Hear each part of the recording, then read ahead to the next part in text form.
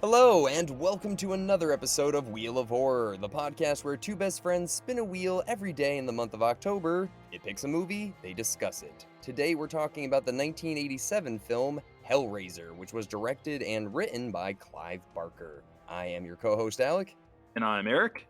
and this is your first time seeing this, right? Yeah, I've never seen this one. I definitely caught clips of it on TV and whatnot, but yeah, this is my first run with Hellraiser, and man, weird ride. Just a weird ride. If you could pick one word to describe it, what would you say? S&M Okay. or like really good makeup. Really good makeup. Yeah.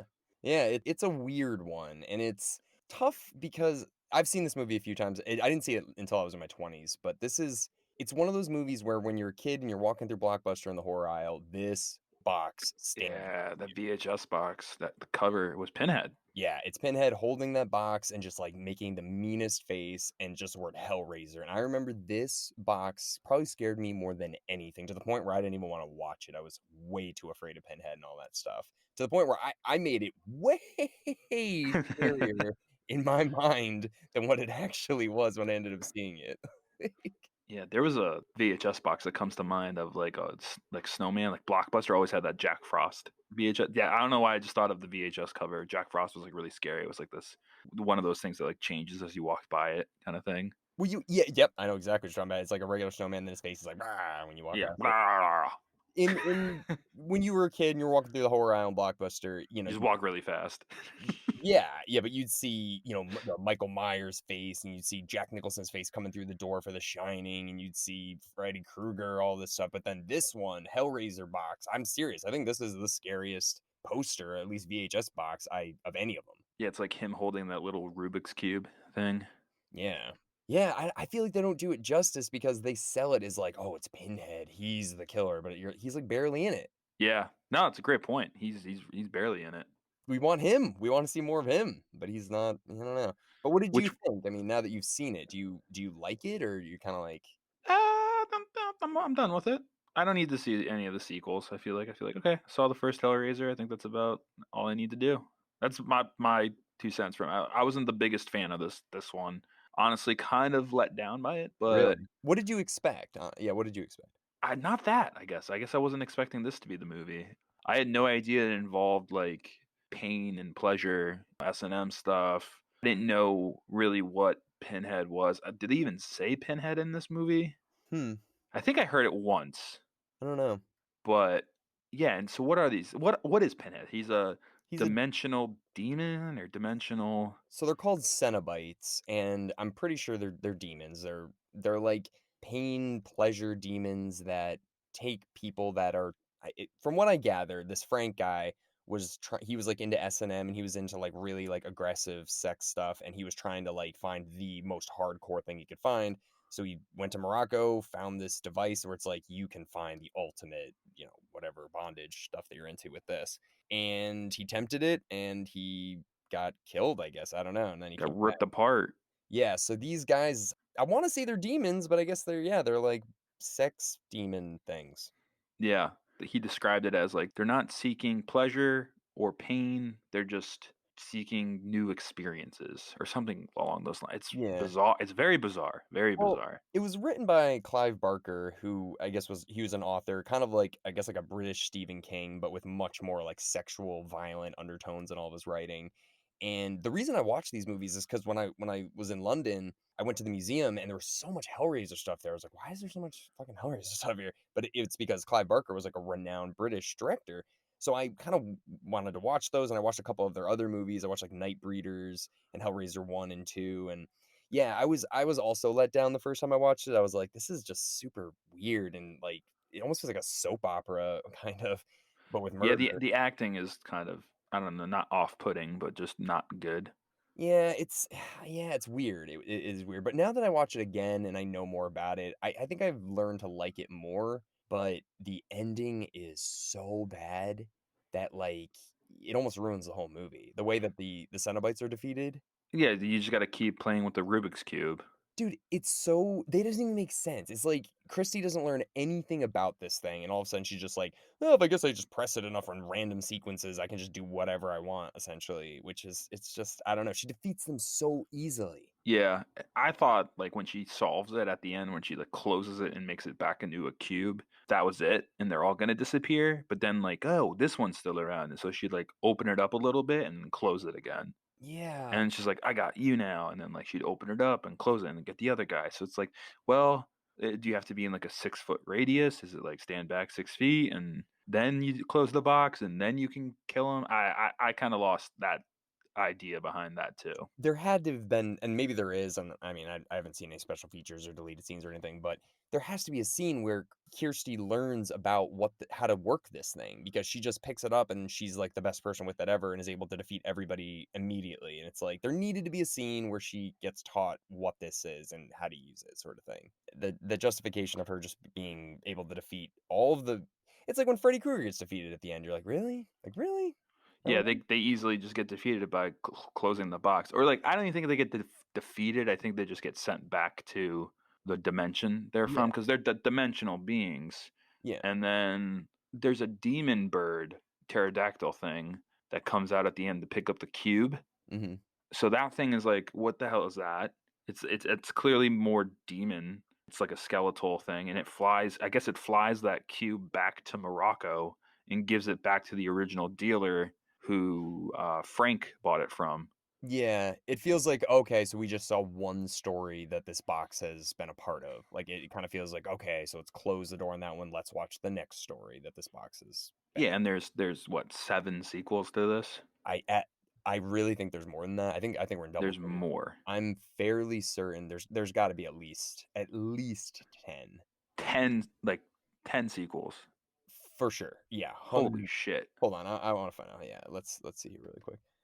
I've seen the sequel. I have seen the second one. I did see that one. I actually feel like I like that one better, actually. Okay, wait, so there's 10 movies. Oh my god. Yeah. Most of them are like DVD, straight to DVD. But Wow. the first 3, basically Hellraiser, Hellraiser 2, and Hellraiser 3, Hell on Earth, those 3 are like actually like Clive Barker was a little bit involved and has similar cast and similar producers, but then they all just kind of go off the rails. But I did see the first 2, and I feel like the second one is kind of what everyone wanted because there's way more Cenobites, so you do kind of finally get to see a little bit more about like where they're from. I don't really remember a lot of it though, because I was just like, yeah, I'm over this. Apparently, Roger Ebert only gave it 1/2 of a star out of 4. Must have really not liked this one. Well, that's the thing. Clive Barker, he directed this, he wrote this, he produced this, but he was never a film guy. He was just a writer, and they just gave him. They're like, "Well, you should make this into a movie." So he had zero directing experience before this. So it's not like a Yeah, that's probably why he got a bad score then. potentially why, because it would imagine like Stephen King directing a movie, his first movie before he's even like a huge success. I also want to know like how do people get where it's like Clive Barker's Hellraiser or Tim Burton's this? How John do you Carpenter's Halloween. Yeah, like, how do you get your name in front of something where you're like, Just "Oh, that" put it at the front. yeah, but, like, who gives you the right to do that sort of thing? I don't I know. don't know. Yeah. If you write and direct something, it's like, okay. Like, Quentin Tarantino didn't do that for Reservoir Dogs. Yeah, but he'd always do a film by Quentin Tarantino, Yeah, written and yeah. directed by Quentin Tarantino. Sure, but it's not Quentin Tarantino's Reservoir Dogs or George Lucas's Star Wars or, Doesn't Quentin now do, like, the 7th film by or the 9th film by Quentin Tarantino? Yeah, it It's says like that. it's like even a step up now. It's like, okay, now we're showing how many films we did. It's like John Carpenter's 4th horror movie. Yeah, yeah. It is getting, yeah, a little weird. Yeah, the makeup, though, in this movie is Yeah, I was gonna hit probably that too. I think the makeup and special effects for 1987, amazing. yeah. I mean, when Frank comes back, that whole scene where he's, like, coming out of the floor and he's becoming that, like, skeletal structure, that's really good. I did laugh at that part where he, like, screams that first time. Was like, "Ah!" It's like, that's how I look when I'm hungover after a 2-day bender. Yeah. Just like, "Ah!" He's all like, not even. He's all like still dry because he's not even a human yet. Doesn't have organs. That curse kinda sucks, like, you kill, Ugh, like, 11 people. I mean, how many people does it take to just get back? there's no number. I think it was at least 5 people he had to get back to normal, and even Yeah. then, he was easily wounded. Right, and why did he take on the shape of his brother? Why didn't he take on the shape of himself, or if that's the case, other people, like a mixture of everybody that he sucked up? Right? And I guess he knows he can easily take his brother's identity, and that's why it wouldn't be weird for him to be with what does he get, who's a it? choice? Well, I think he wanted to run away with what was her name? Julie? Yeah, The woman who is like Miss Affair 1987. Apparently, she has an affair before the movie starts. There's a flashback affair, and yeah. then she goes to the bar and has I think 2 or 3 affairs. And that Every guy, who's her husband? Larry? Jeez. that guy's no idea what's going on. What the hell, man? Doesn't even know if his brother's alive. Doesn't even know if his brother's sleeping with his wife. It's just like, jeez. Yeah, clueless guy. But yeah, he has to suck the life out of at least 5 people, and he still isn't 100% full. So how many people does he have to do that to? And why is he his brother? I mean, I'm assuming he didn't choose to be his brother. Why wouldn't he just choose to be himself if he had the choice? I don't know. It's weird. I don't know if he had the choice. I think he had to take skin from somebody, maybe. Maybe the last person that was like, okay, this is about as close as you're going to be able to get to complete, so you have to look like that last person that you did it to. Probably. I Weird. wonder if he has to keep doing it, like, as time goes on, he decays again or something too. I bet the That could sequels probably get into it because it's like it's ridiculous. yeah. I want to ask you what you think too. Where do you think this takes place? It's supposed to be a British film, right? It's a Brit yeah, it's 100% a British film, but, like, I would guess, like, outside of New York, maybe Brooklyn? well, they left Brooklyn because 'cause they're just They like left Brooklyn. yeah. Okay, that's probably where I got that from. Maybe somewhere in New York then? Well, definitely I don't know. America, right, you'd say? I would guess America. It's made to feel like America, and they say Brooklyn, like you said. Yeah, No and one has British accents, really. dude, so you ready for this? This is so stupid and weird. So the movie was filmed in England, and it is supposed to the whole movie was supposed to take place in England, but once they finished it, the, New World Cinema or whatever, the people that produce this, they were like, "Hey, you should, make it take place in America." It's like, "We already filmed it, though." It's like, "Yeah, yeah, yeah." It's like, "But everybody's British." It's like, "Yeah, just get American voiceover actors to, like, dub over." It's all dubbed? Majority of the people are dubbed over American actors that just adult. That's why the acting feels like shit. But That's not why. not the main cast, but, like, the movers and the nurse and, like, the little side people, all of those were British people, and Huh. then they dubbed it over with American actors, Oh, like so it was always American people moving to Great Britain. that's what doesn't make sense to me because 'cause they're like, "Oh, we're back on your turf, but we're at my mom's house, and he's American," so it fucks it up kind of, Yeah, and this movie's a little disjointed. yeah, because it doesn't really add up because she's British, he says, "We're back on your home turf," but it's his house from his childhood, but he's not British, and then the daughter moves there, and some people are British, but most people aren't. It doesn't make sense, yeah, and they keep talking about how they left Brooklyn, and I don't know, but I do like the establishing or the shots of, like, the surrounding city, it's a very, like, industrial look, and it always feels very lonely, like, everywhere that, Kirsty's walking, it's just, like it's always cloudy. There's really no people walking around. There's, like, not a lot of cars and everything looks in, like, factories that she's walking around. Yeah, we don't see too much outside the house. We see a couple things, like the bar, we see when she runs with the queue, we see the hospital, we see the pet store that she The Chinese works at. restaurant. Yeah, we see a couple things, but also that, like, homeless looking guy who eats the, crickets or whatever in the Yeah, pet store, and he just disappears. It's like, "Oh, I wonder if we'll see that guy again." You know, it's yeah. like just waiting for him to appear. It's very thrown in there. Again, and I'm filling this in because they don't say anything, but, he's the guy at the end that takes the cube Yeah. away.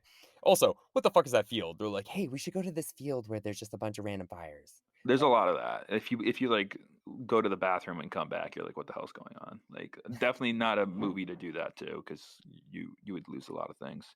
But yeah, but the homeless guy comes back and he's the demon, so I'm wondering if maybe they were close to catching Frank because they had like, were sending out, like, scouts almost to look for him in the cube because he escaped them, Yeah.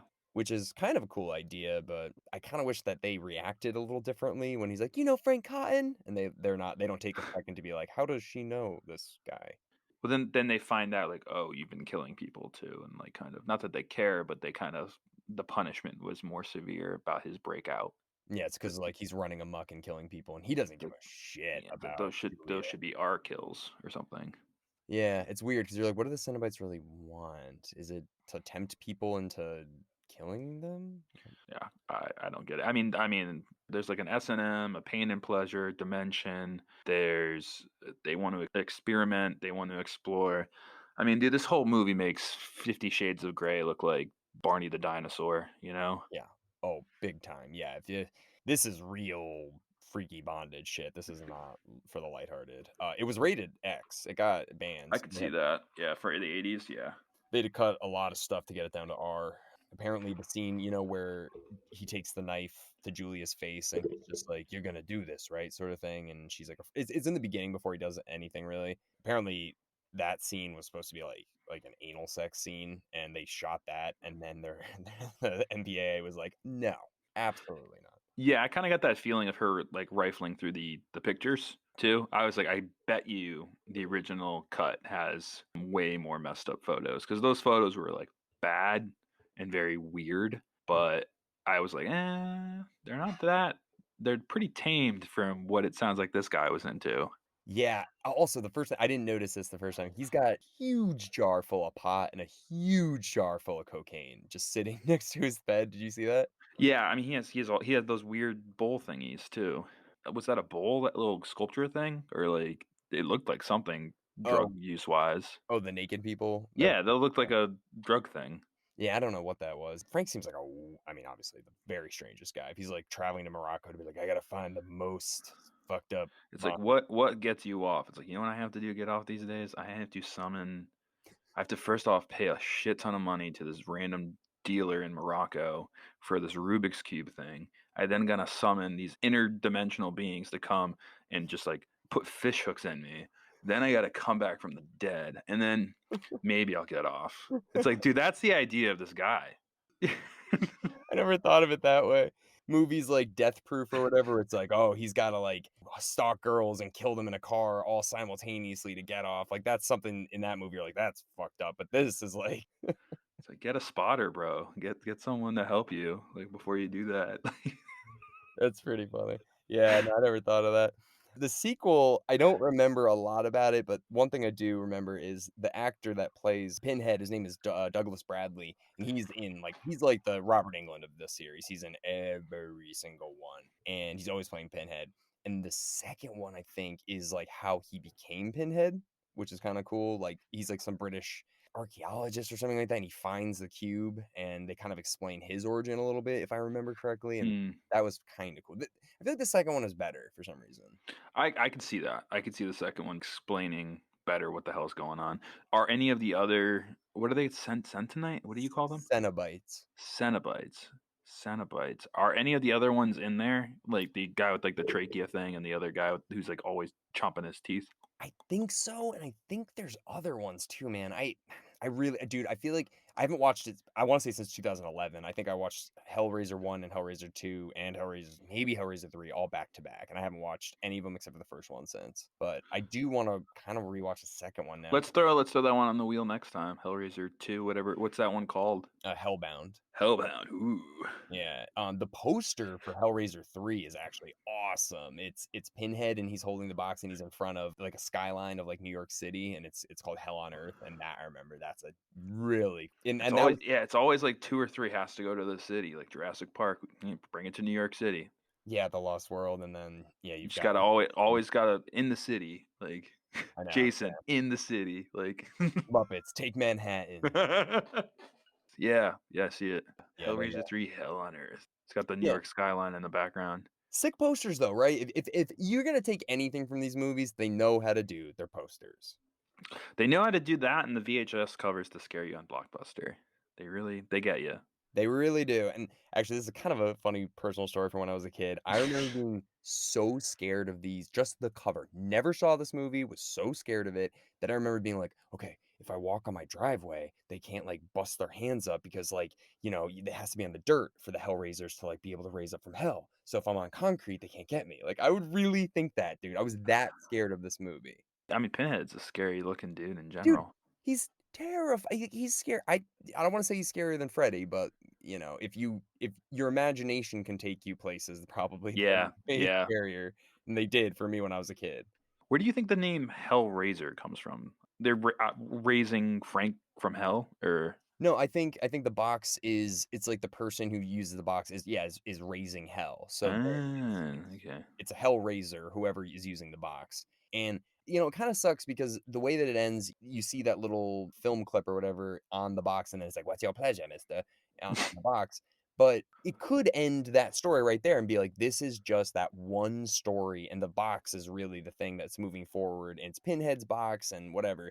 But then the second one has Kirsty coming back, and the third one has Kirsty coming back. So it didn't go in that direction I thought it was gonna go, but they pumped the sequel out the year after, so they must have had a plan, I guess. It's it is what it is. This movie. It's nothing. I feel like you said, like being a kid and seeing the VHS box and getting scared, kind of not what I thought it was going to be. Not as intense as I thought it was going to be. It's nowhere near Freddy, Jason, Michael level, but Pinhead is No. definitely a scary horror figure. Yeah, it's almost like he's too good for the movie he's in. Yeah, that's what I'm trying to get at. It's like this villain, the look, the idea. It's like, oh man, I wonder. And I mean, I'm imagining they're doing remakes sometime of this movie. I mean, or did they already do that? I read about it. I mean, it's been in like development hell for like 10 Uh, years. And apparently, the latest update, which again, it doesn't really matter because every 5 years it's like they're making it and then they just don't. So this could be another one of those. Yeah, it said that in 2021, there's a new writer, director that are trying to reboot it. I wonder. I bet the reboot would be better because the idea is there. I think it needs to be delivered better. I like the Yeah. idea of it. I do like the idea of it. Yeah, I mean, it's kind of like if Stephen King directed his own movie kind of thing. Like it's a well-written, well-received novel that just or novella or whatever, but just wasn't executed properly because I think the way that I have no idea if this is right, but the way it looks is like somebody that had money and was like Clive's book is so good. Clive is such a talented visionary. He's more than a writer. I feel like we should give him the ability to make this on screen. And they're like, "Okay." And then he did it, and it was like, wow, it was actually a success. And then his name, they were just he got not lucky because it is a good movie, but it's I don't know, it's weird. It's just weird. Yeah. And I'm looking up there. So there's 10, like you said: Hellraiser, Hellraiser Hellbound, Hell on Mhm. Earth, Bloodline, Inferno, Hellseeker, Deader, literally Deader, Yeah. Hellraiser Deader, Hellworld, Revelations, and Judgment. Alec, what would you name the 11th one? Hellraiser Origins. Origins. Okay, good. I would say Resurgence. I want to see the origins of the Cenobites exactly as they all came to be and why they're so obsessed with this box. It looks like Hellraiser Hellworld, that one, the poster. It looks like the fucking Matrix. It does. It's all green and Evil. evil goes on. Oh, it is the Matrix. It goes. Yeah. It goes to the. Oh, Oh, jeez. these look so bad. Oh, Oh my god. Hellraiser Revelations. Is the same guy always Doug Bradley? Does he Yeah. always? So Douglas Bradley, there was one movie because here's the thing, these movies have to have a following, they wouldn't keep making them if they didn't, but so somebody a lot of people must really like them, Ooh, I don't know yeah, what I dude. don't see I in love the $5 Walmart bin. it. But what you said is, yeah, so Douglas Bradley plays him in all of it, and there was one movie fairly recently, maybe like a year or 2 ago, where they did the same thing with Leprechaun, where they replaced Warwick Davis with someone else, and people went Oh, nuts. don't do that. Warwick Davis for life. For They did the same life. thing with Pinhead, where they replaced Pinhead with some new guy, and people are like, "I'm not watching this. Yeah, I'm I'm looking. not." It was a 2000 Hellraiser Judgment, a 2018, Is and that not that's the one with Douglas Bradley not playing Pinhead? well, Pinhead's in it, and Yeah. there's 2. So the Doug Bradley did Hellraiser 1 through 8. Hellraiser Revelations, it looks like 2 people played Pinhead, and it's not Doug Bradley. And then Mm. Hellraiser Judgment is Paul Taylor. So Doug Bradley's done 8. That's insane.